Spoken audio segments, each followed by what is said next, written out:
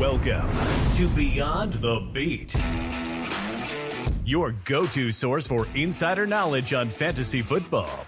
Hosted by Zach Hyduke and Matt Olson.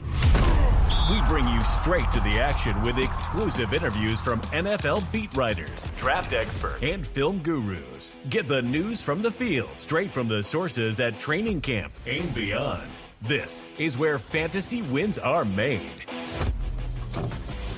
Welcome in, everyone, to Beyond the Beat from 32 Beat Writers. My name is Zach Hyduke, and today I am here with my buddy Matt Olson. It's great to be here with you all. It's been a crazy week in the NFL. We're going to get to a lot of that. We were a little bit delayed today by some Thai food that one of us may or may not have consumed. So we won't mention who that was, but for now, we'll get into everything. Matt, how are you doing? I had no Thai food. Hey, no. Doing well.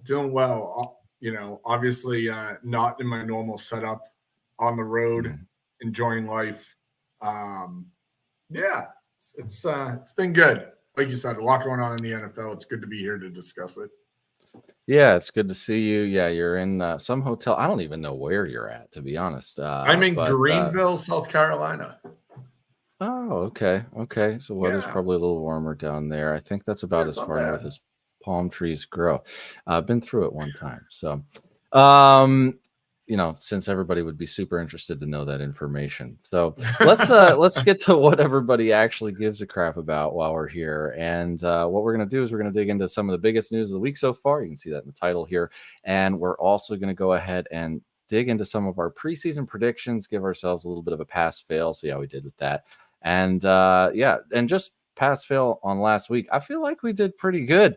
The Jags wide receiver tight end room, we said, hey, it's probably going to be a little bit tough for the guys who are there, except for maybe Evan Ingram. Did pretty well, although with the explosion of tight end production last week, he still ended up at like tight end 12, but 13 points for a tight end. You'll take that most of the time in half PPR, right? Dalvin Cook not mattering. You and I had an argument about that. I don't know how facetious or serious you were being, but hey, he did not matter. I'll tell you that much.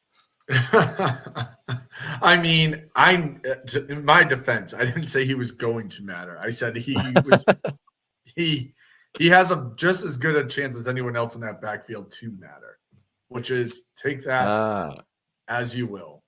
It is a little bit different. That is a little bit different. And that isn't entirely untrue because barely anybody. Yeah. So the Cleveland Browns were definitely relevant. That was a pretty wild game. And then you have Hopkins, I was saying, will probably not be a relevant play this week. Definitely feel good about that call as well. So last week, pretty good in review. But this week, today, we had three major pieces of news that dropped, and that's what we're going to focus on.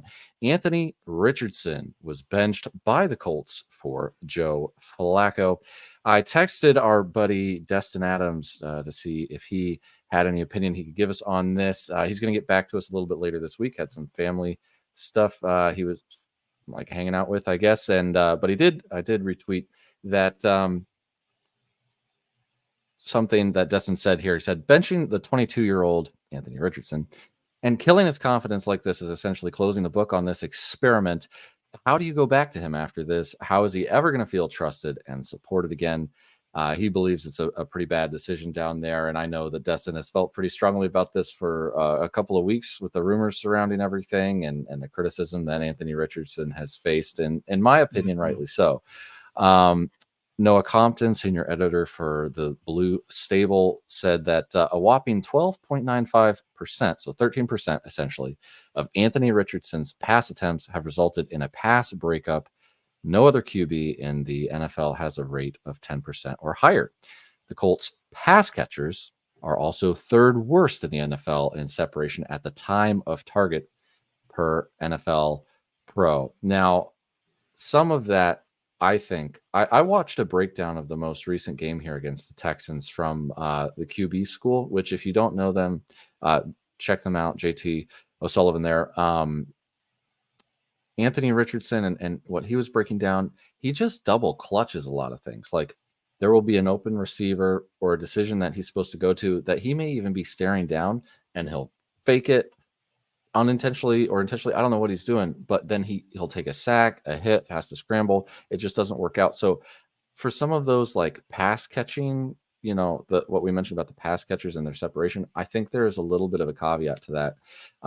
But anyways, to get back to the actual benching part of it, to me, I don't know about you, we'll get your opinion here, but I feel like it was more of a way to kind of save the locker room. They've seen with Anthony Richardson out what the passing game can be. Mm-hmm. And with Anthony Richardson in, you just can't get away with 33%. So I know that, there's definitely the argument to be made that, look, Anthony Richardson needs the time to develop. I get that. But if you're, like we saw the center, Ryan Kelly, and he's tapping out in a critical situation in the red zone on a third down because he's tired, but like you have to sit out there and play, and things don't come easy, and it's really, really difficult at times and balls are either burning worms or floating or whatever. If I'm a guy in that locker room trying to put stuff on tape so that I can get an extension, I want the guy out there who's going to win me some games, and I could care less about the development of a quarterback that's going to take who knows how long. So in my opinion, I feel like it's a locker room thing. But what do you think on that whole situation? I think it's multifaceted, honestly. I think, I saw someone earlier comparing it to, the whole Justin Fields thing in Pittsburgh, which I think the only tie there is obviously a similar QB play with similar accuracy issues.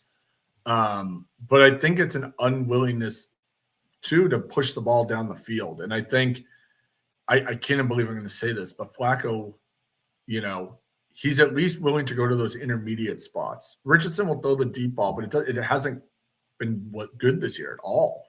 And that was kind of one of the things that he was, highlighted for coming out of college, is that he could sling it down the field, let his guys go get it. But, we talked about that separation stat. Those stats get crunched really bad if balls are underthrown in certain scenarios like that. You get weird separation numbers sometimes.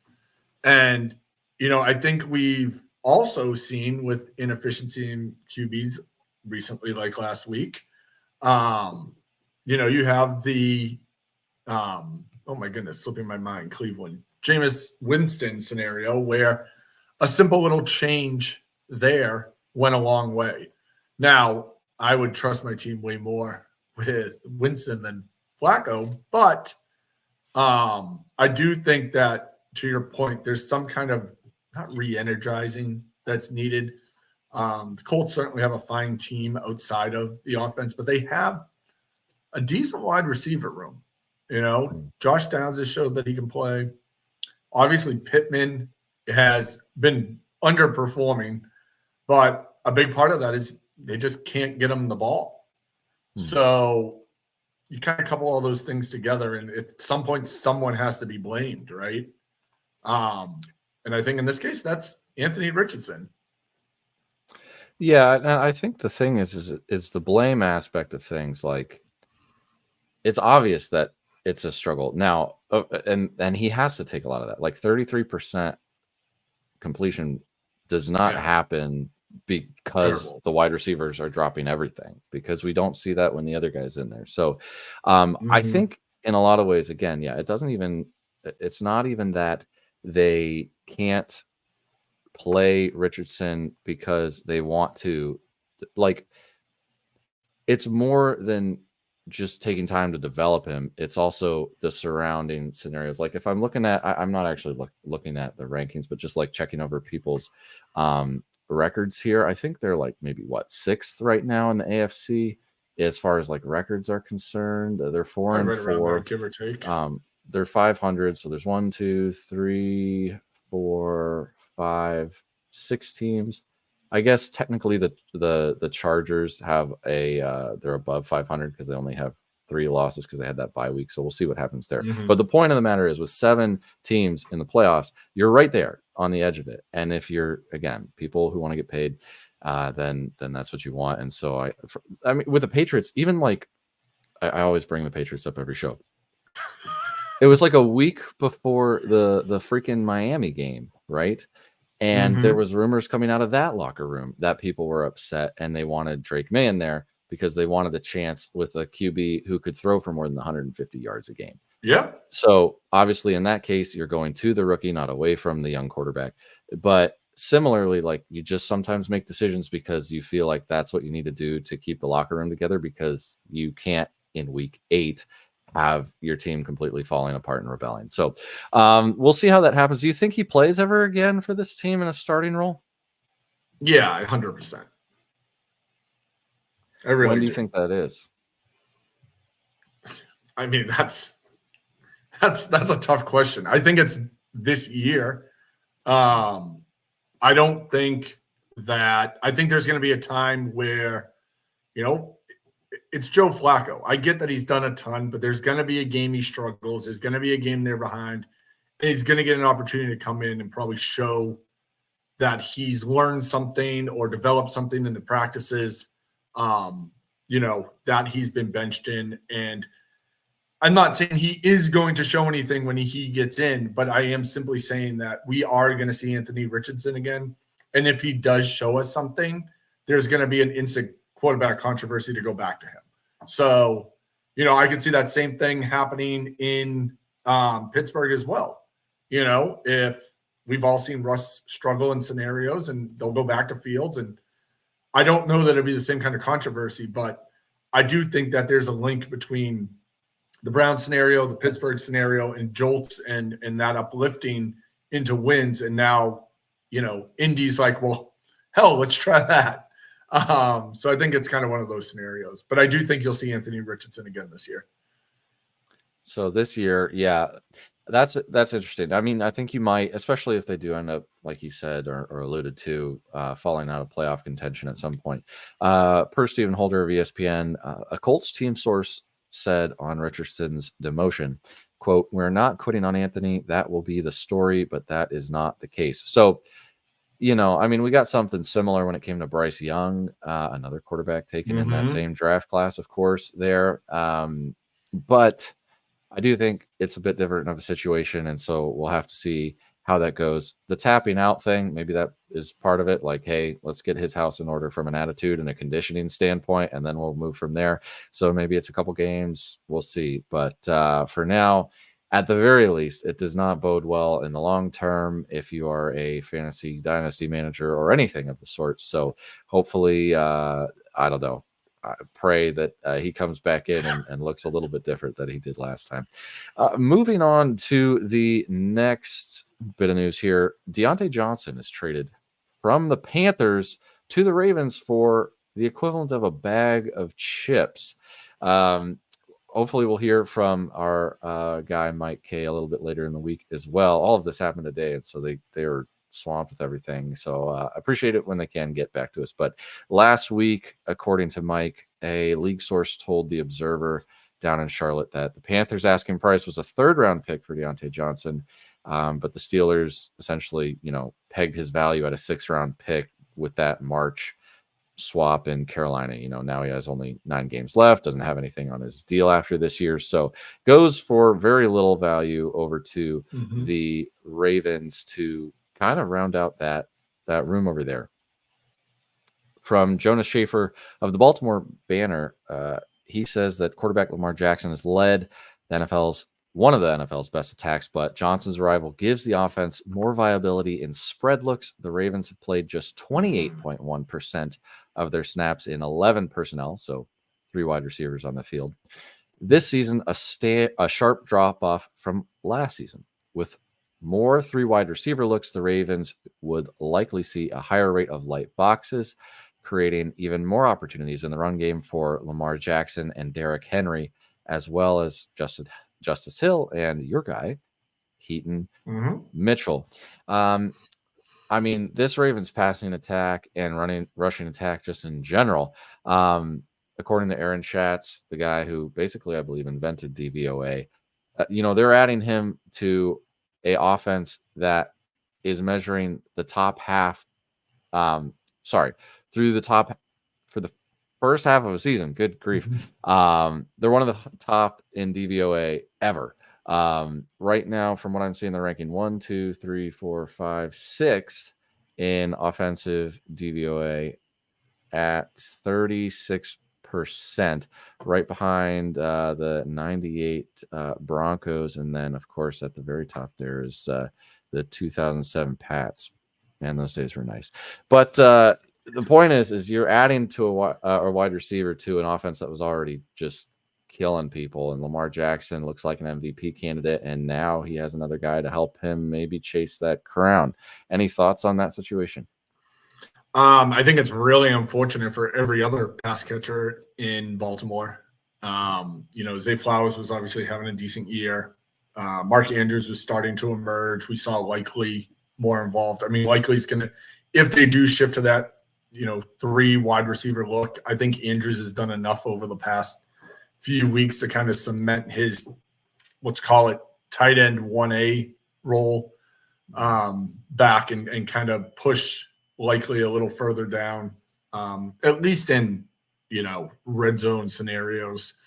I do think, though, you have a guy who's, let's say at minimum, he's commanding, 6 to 8 targets a game, right? That's got to come from somewhere. Henry's still going to get his run.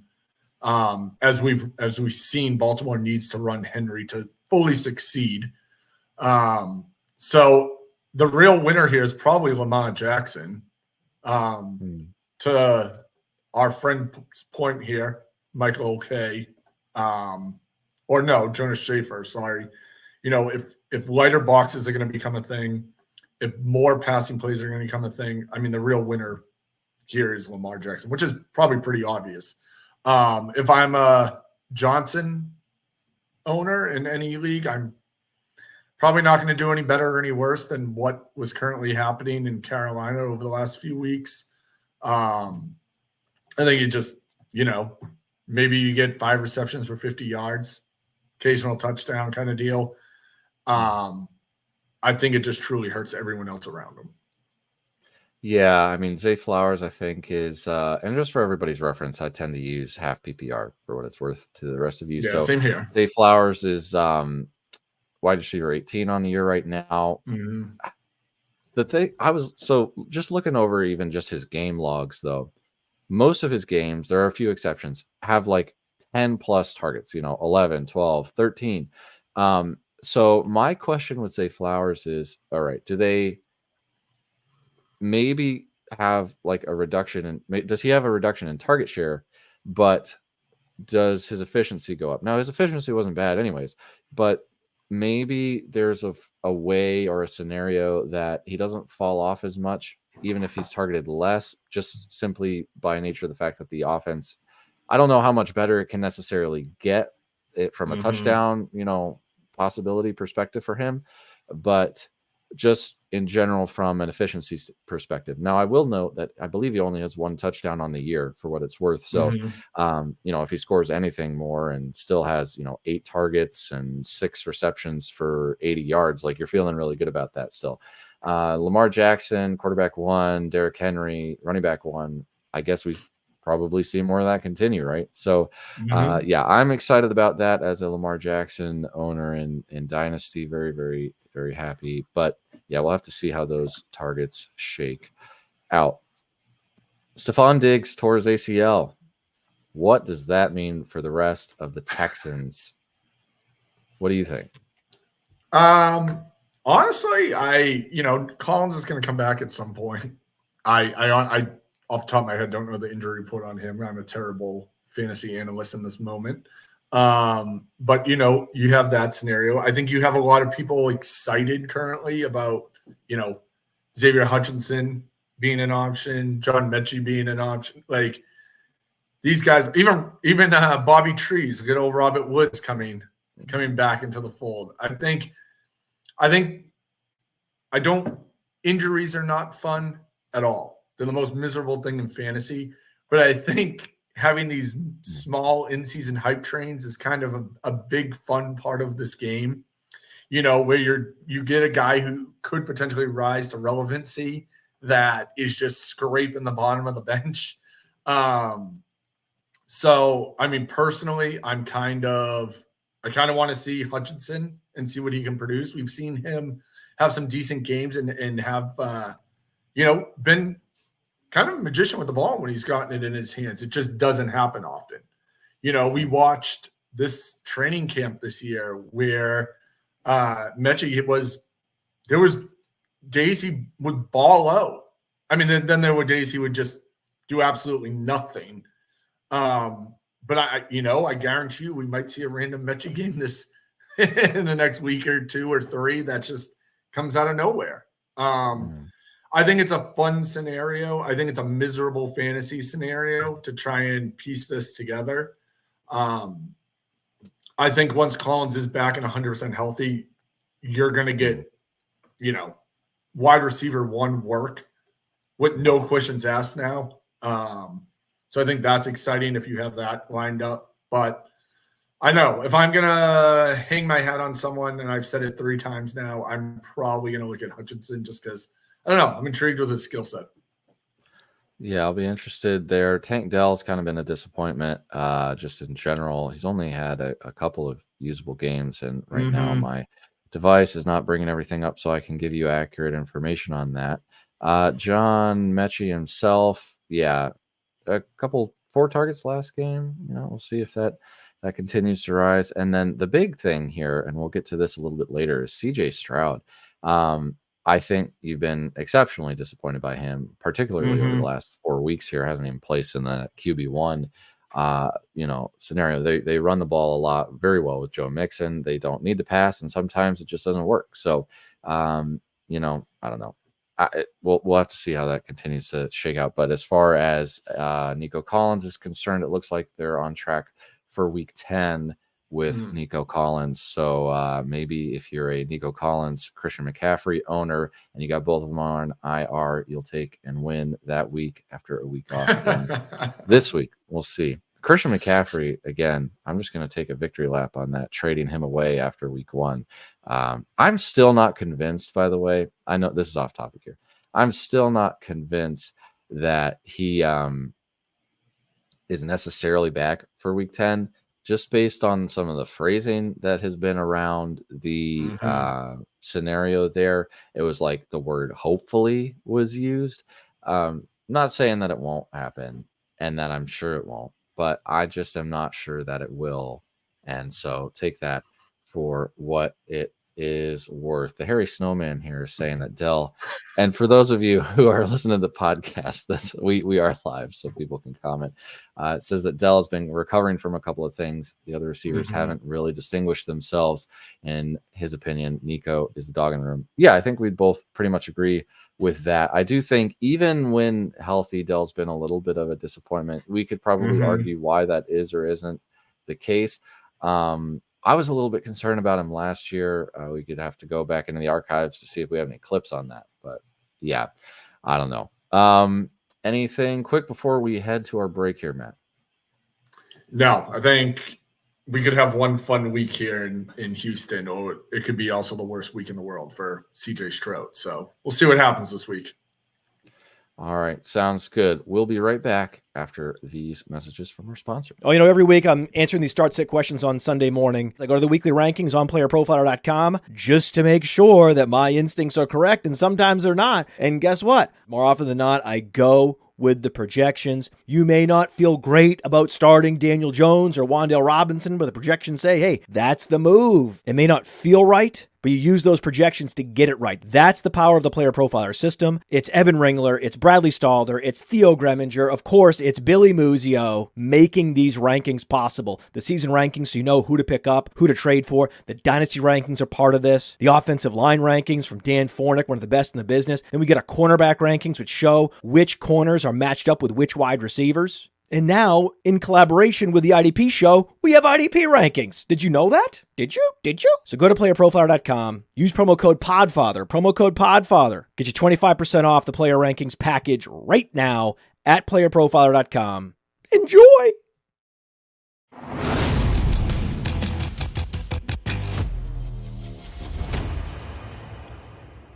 All right. After you're done checking out those rankings, you can also check out Matt's rankings on our website. He posts at least every Sunday morning. I think you have those out by. So just putting that out there that Matt does those for us as well. You can take a look.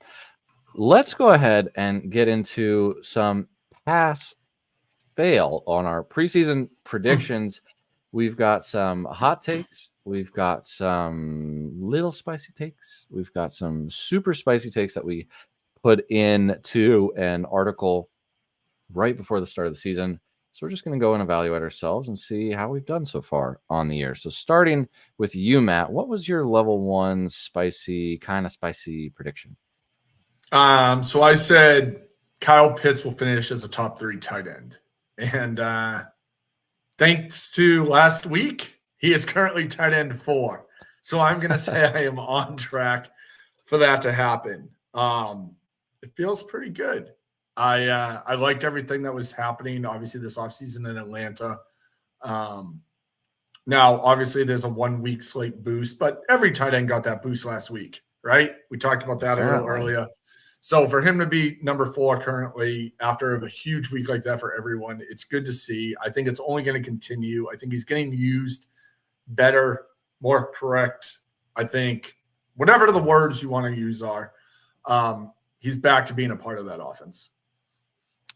Yeah, my level 1 spicy take was also concerning a tight end, and that was Trey McBride. I said that he will finish as the tight end 1. I believe at the time he was being drafted at tight end 3. So yeah, that's why it's a level 1 spicy take. It's not because he wasn't being drafted by everybody at tight end 3 because he couldn't possibly be the one, but obviously Laporta and I'm trying to remember if it was Kelsey ahead of him or who that necessarily would have been at this point in the year. But yeah, he's currently tight end 5, but that is without a single touchdown other than the one that he fell on the ball for. I believe that was week 1. Target share is great, though. I mean, targets through the first couple of weeks here: 9, 6, 6, 9, 8, 7, 11. You'll take that from a tight end. That'll get you tight end 1 numbers every time. We just need a couple of touchdowns here to bust out of tight end 5 to climb that ladder. I'm feeling pretty good about that. So it looks like we're not too bad at predicting top end tight ends, at least with our first spicy takes. I mean, not to jump ahead too far, but I was down on McBride this year. I thought, honestly, that Kyle Murray would be spreading the ball around a lot more. So I love that you were on that because I just flat out missed it. And you'll see as we go down this, he was in my duds. But yeah, let's take our tight end wins right there for being halfway through the season. Yeah, I like it. Although, so we've got for our 2 guys to hit their mark here, we've got to beat out Tucker Kraft, Brock Bowers, and George Kittle. The Brock Bowers thing that might be a little bit hard to overcome, but yeah, and we'll have to see. We'll have to see. Keep climbing that ladder, guys. So we'll give ourselves a pass on both of those. Moving on to level 2 spicy. What did you have for that? So I said Jaden Daniels averages 18 fantasy points per game, which would make him a top 5 highest scoring rookie QB per game average since 2000. A lot to dissect there. However, he is blowing that out of the water and averaging, even with the game he was hurt in, 20.84 points a game. So I am loving that prediction. I think we all are in agreement that Jaden Daniels is an absolute NFL stud and fantasy stud. Nothing's better when those 2 things correlate. So I'm definitely taking that I passed on that one at mid-season point. And what'd you have for your second tier spice? Yeah, I mean, first of all, just on that, you're smashing that. The only issue with and is that considering the game that he went out with injury as well? Yeah, because he had 5 points in that. And he's got 166 overall. So you divide that by 8. I'll trust your math. I'm just saying that's crazy. So you're hitting that, and that's not even taking out an injury game. So awesome pass there. That was excellent. I put down that Stefon Diggs finishes fantasy wide receiver 30 or lower. Currently, he's at wide receiver 10 in half points per reception. So if we were grading this on a weighted scale before he left for the season, obviously he's gonna miss the mark. He's gonna be below wide receiver 30 at this point in the year going out there. But he only has like one top 10 wide receiver week. He's gotten to this spot. Just like his best games here: wide receiver 10, wide receiver 14, wide receiver 13. Everything else is like wide receiver 19, wide receiver 46, 51, 29, 40. Now, of course, wide receivers in general are inconsistent, but he's kind of done that in a way. Like, I feel like it's by nature of the fact that the wide receiver position has kind of been trash in a lot of ways this year. And so I'm trying to tell myself that I'm taking that victory lap, but I don't think I deserve that. So we'll give myself a fail there. Wide receiver 10 is just too far to convince myself that I wasn't wrong. So we'll go with that. Moving on to level 3, you had something about one of the rookie wide receivers. Yeah, I mean, it's kind of tied into that whole my thought that McBride was going to lose targets to, Marvin Harrison. Clearly, that has not been the case. I thought Michael Wilson would also pull from McBride and Dortch for that matter. Again, hasn't been the case. So my prediction was that, and again, we're at like Hail Mary prediction status here. Is that, and I went bold, Marvin Harrison leads the league in receiving yards this year. He's currently 25th. It's probably not going to happen. But I really thought that Kyler Murray needed a go-to target. I think week 1 was, the whole, he's slow, this, that, the other thing. It wasn't a great start for him. Obviously, things have changed. He's evolved. He's getting better by the week, I feel like, even though he does have some down weeks, he's becoming a better player or a better NFL player. If I'm betting right now, I'm going to say he does finish above wide receiver 25 on a receiving yards scenario. But, as of right now, I got to give myself that big fail grade on that one. But hey, you're about to be joining me here, so in the failure territory. So hey, come on down. You're next. Well, we'll get to that in a second. We don't need that. We can gloss over my failure right here. But hey, his opportunity. This might be a week behind here, so take this with a grain of salt. But air yards opportunity number 11, air yards share number 14. In the league. So in general, the opportunity has absolutely been there for Marvin Harrison to be that guy. So, if we split the season in half, take this game that we got from him, maybe you hit that, but yeah, it's probably too high of a hill to climb at this point, but we'll see. You weren't the math just wasn't quite in your favor here with the amount of misses that they've had, but you weren't entirely wrong. I think that there's just been a little bit of a disconnect there. So yeah, this one, man. Again, yeah. Hail Mary here. Oh my goodness. I really felt good about the Bengals here. I said that the Bengals are going to go 13-4, but lose to the Ravens in the playoffs by a margin of at least 2 scores. So I don't know why I felt like I needed to go that specific. So here's the thing. I both felt like the Bengals were good enough to rack up a ton of wins, but also that they were going to get just hammered by the Ravens in the playoffs. So I don't know. They're 3-5 currently. So, if they win every game, I'll only miss it by a game, right? Yeah, I bet that happens. Yeah. So we'll have to see how that works out, but it obviously has not worked out very well. We'll give myself a big fab for that. Moving on quickly to our guys. We're going to try to get a couple of your questions in here at the very, very end if Matt is still awake and I still have a voice.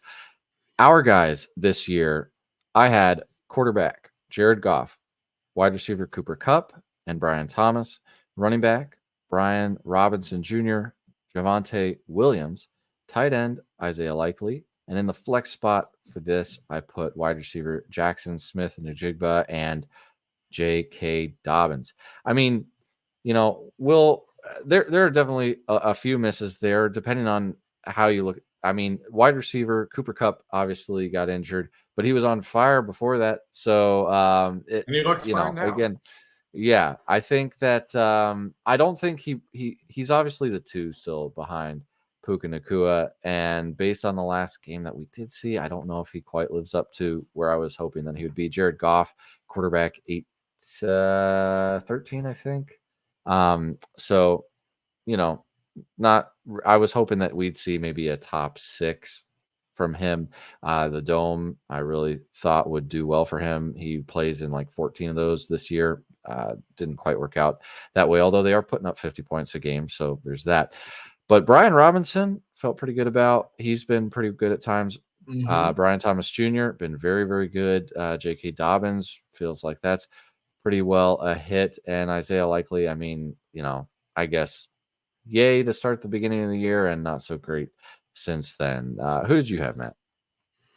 I feel like I have the most upper tier mediocrity team in the world. I also feel like I went super bold and probably should have dialed that back.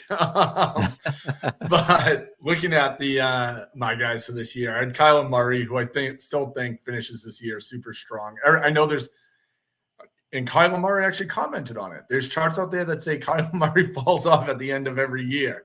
I think someone responded with, the same thing we hear every year is too much Call of Duty and everything else that comes with that. But I think, we've talked about it once now as we've gone through this. I think he has the weapons he needs to succeed. I don't think he's going to have a tremendous fall off in the second half of the year. But Kyler Murray, George Pickens, who is, if all keeps up with this Russell Wilson scenario, is going to be great. I mean, look at the scenario he had. Oh man, last night. It's crazy that was just last night, that game. A lot of life since then. Yeah, a lot of life since then. But again, a great showing that didn't really translate to a ton of fantasy points for obvious reasons, but feel good about that. Terry McLaurin, we touched on Jaden Daniels. I feel good about that. Kind of the injury scenario, just like with your Cup, I thought Jalen Warren would be more involved. Najee's come out of kind of the dumpster and is now producing at a high level in a contract year for him. I'm happy for the guy. I'm willing to take the L in that regard. I think we still need to keep the jury out on is I went Ty Chandler. I loved what I saw last year. Aaron Jones is getting a ton of run and a ton of receiving work this year. It's obviously working for them up in Minnesota. I don't want to say I'm like sitting over here waiting for the wheels to fall off, but we did see, Ty Chandler perform pretty well when Jones wasn't on the field or available, I should say, this year. So I think if things start to bounce towards the back end, he might not be the worst person to target. You probably get him for pretty cheap right now in most scenarios. Again, another guy who hit an injury, but David Njoku, which is going to be really interesting to see how that evolves in Cleveland, because I almost feel like he becomes a de facto receiver one, or at least the opportunity to be. Obviously, we've seen Judy's best game. We saw Cedric Tillman's best game. I mean, we saw a lot from our new Browns. So I'm going to keep an eye on that. I will own my miss here with Greg Dortch. Again, we don't need to dive back in. Clearly, I was all in on the Arizona Cardinals when we did this prediction lineup. I don't know what I was watching or what I was doing, but that was clearly where my mind was. But that does round out my wonderful our guys roster.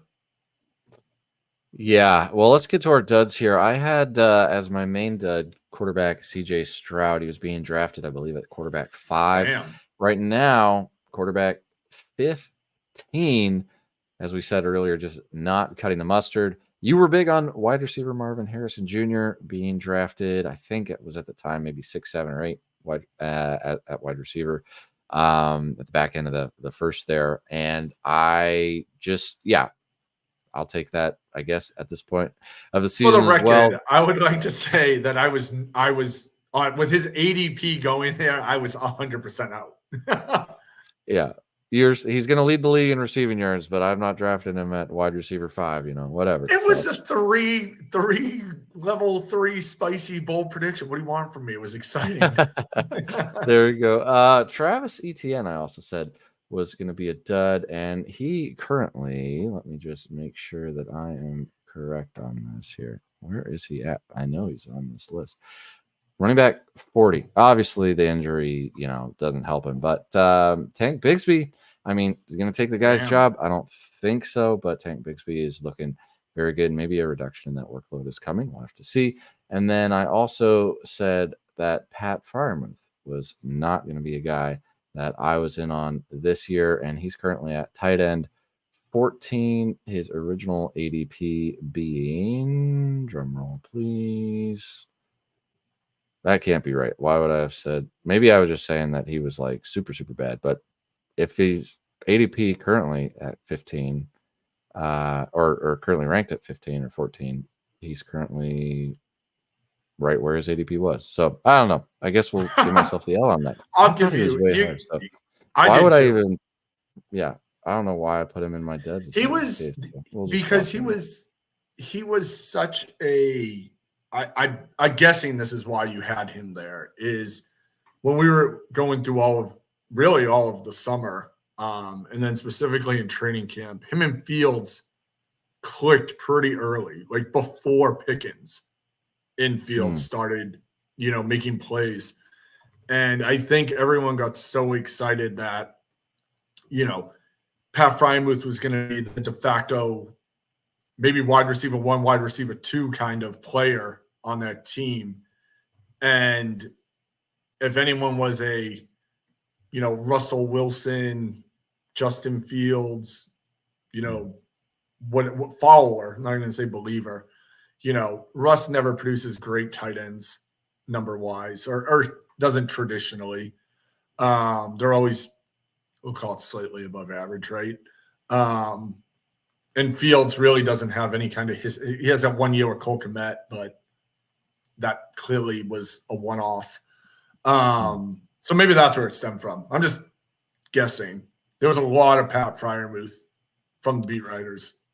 Yeah, maybe that's what it was. I think there was like a little bit of a hype bump or something like that. So I said, go ahead and don't buy into that. So, all right, let me go ahead and get to a couple of questions here, and then we'll get out of here. We had a lot of them regarding Leggett and I think Cedric Tillman. Where was that at? Let me see if I can. Love me some Cedric Tillman, my UT boy. Yeah, if you were going to pick up one or the other, who are you picking up? Cedric Tillman or Xavier Leggett? Tillman. Times 1,000. I'm also interested. Show's probably going to burn down when I say this. Jalen Coker. And if we're going deep in that, Coker and then Sanders, I think are both intriguing given the situation. I know that doesn't answer. We'll say something. Vino Sino over there, whatever the hell that guy's name just was before it fell off the screen, clearly agrees with me. Jalen Coker, it's an interesting. We saw him flash a little in camp, very briefly. He came on the radar, fell off the radar, obviously as things evolved there. And but I do think that's an intriguing name. Tillman, to me, is the wide receiver to own. I just think you have a much better QB situation regardless. And why not take the QB that's willing to push the ball down the fields? I think Tillman's also averaged double-digit targets in back-to-back games now. It's pretty awesome. You know, even if you're getting 5 for 50 out of Tillman, that's more than you're getting out of probably anyone in Carolina on a regular basis going forward, if I had to guess, except Jalen Coker, because he's going to be the wide receiver 1. Yeah, we also had a question about Leggett or Elijah Moore. I'd probably go Leggett there. I think you have to go Leggett there. I'm not a Yeah, Moore just- believer. Okay, so Are yeah, you're going from that perspective. No. I mean, I had him earlier in my while he was still on the Jets, really hoping that something would happen there, and never did. But yeah, in redraft this year, I still would go Leggett, just hoping for the opportunity there. But I mean, if this has to be if Dalton comes back, I don't want to start anybody. If Bryce Young is slinging the rock, this sounds awful, but I don't want anybody on that team. Does Like Bryce Young I'd sling the rather rock? take my shot. He tosses it over the mountains that are in front of him. Whatever he does, It's like Uncle Rico from Napoleon Dynamite. Just tries to pull the Uncle Rico.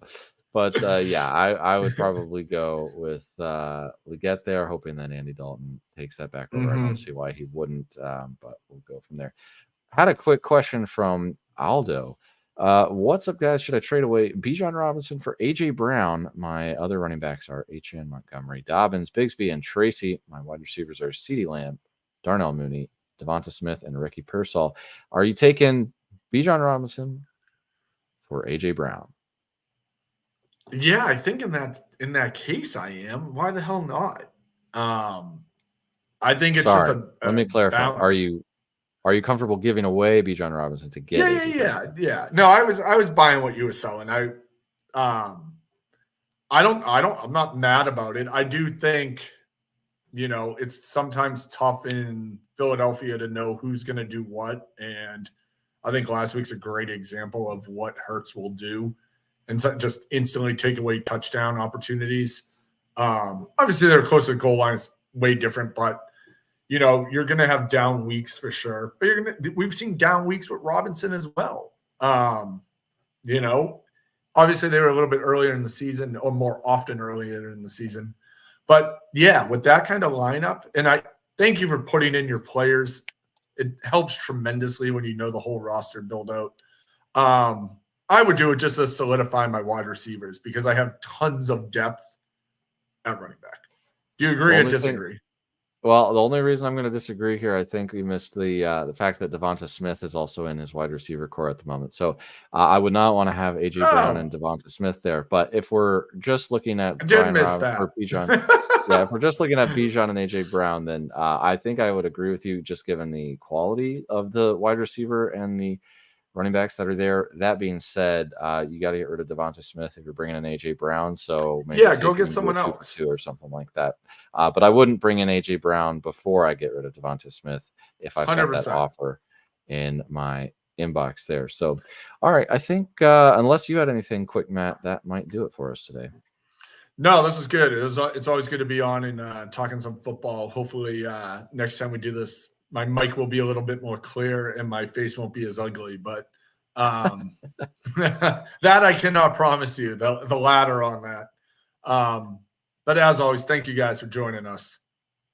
Yep. Yeah, of course. Everybody make sure to check out our website at 32 Beat Writers, where we have player news and summaries, player tracking tools, and more. Going to be revamping that here in the near future. Again, keep a lookout for that. If you want to, go ahead and sign up for our pro membership. Use the code podcast for 50% off of that for your first month. For Matt Olson in Greenville, South Carolina, I'm Zach Heiduk, and we will see you next time. Thanks for tuning in to Beyond the Beat with Zach Heiduk and Matt Olson. For more expert analysis and exclusive insights from the best in the game, don't forget to subscribe and stay ahead of the competition. Until next time, keep turning that insider knowledge into fantasy football wins.